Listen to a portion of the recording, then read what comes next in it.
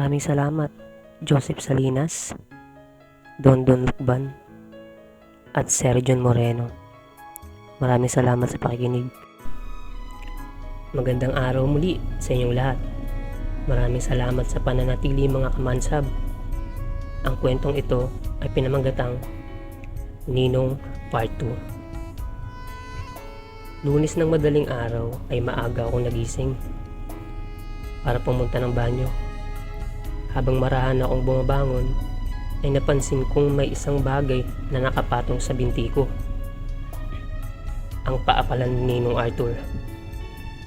Muntik ko nang makalimutan na katabi ko pala siya matulog. Dahil hindi naman ako sanay na may katabing matulog. Biglang bumalik sa mga alaala ko ang mga nangyari kagabi. Napansin ko rin ang posisyon ni Ninong Arthur sa pagkakahiga. Kaya malaya akong napaikot ang aking paningin. Pansin-pansin ang mansab niyang gising na gising habang natutulog. Natural naman siguro yun sa isang lalaki. Sa tuwing umaga ay mas nauuna pang gumising ang mansab kaysa sa atin. Habang pinagmamasdan ko siya, ay hindi ko mapigilan ang sarili ko. Dahil na rin siguro sa mga nangyari kagabi, ay wala na akong takot at kaba ko. Kaya mabilis kong minasahe ang mansab ni Ninong Arthur. Dahilan para magising siya. Medyo nagulat siya nung una. Dahil hindi naman siguro siya sanay na may nagmamasahe ng mansab niya pagising sa umaga. Nang malaman niyang ako pala, ay bigla itong napangiti. Kahit na bagong gising siya ay kitang-kita ko ang kakisigan at kagwapuhan ni Ninong Arthur. Mabilis niya akong binati ng, "Good morning, inaanak." Bigla itong napatingin sa orasan. At napansin niyang nasa 5 AM pa lang na umaga. "Napaaga ata ang almusal mo, inaanak?" Nakangiti nitong tanong sa akin. Habang minamasahe ko ang mansab niya, ay marahan nitong inaayos ang pagkakahiga niya. Dahilan para pumagit na ako sa dalawang paa niya. Sa mga oras na yun ay kitang-kita ko ang pagiging komportable namin sa isa't isa. Habang malaya akong minamasahe ang mansab ni Ninong, ay mabilis nitong kinuha at inabot ang wallet niya. At mabilis na inabot sa akin ang helmet na isusuot niya. "O inaanak, buksan mo." Utos nito sa akin habang nakangiti.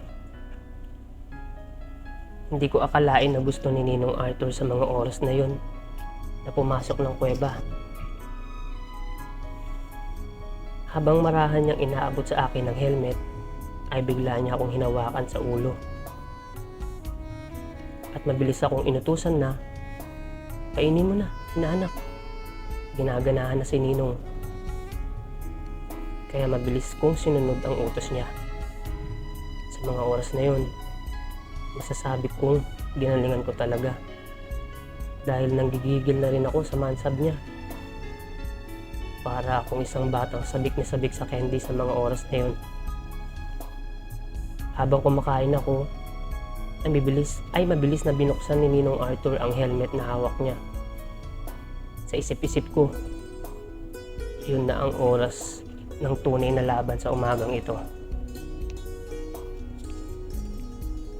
Hindi naman ako nagkamali. Dahil mabilis na tumayo si Ninong mula sa pagkakahiga.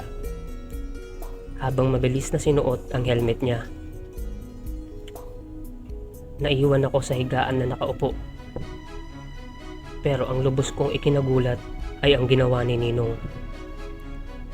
Bigla niya akong hinila. Dahilan para paghiwalayin ang mga paa ko.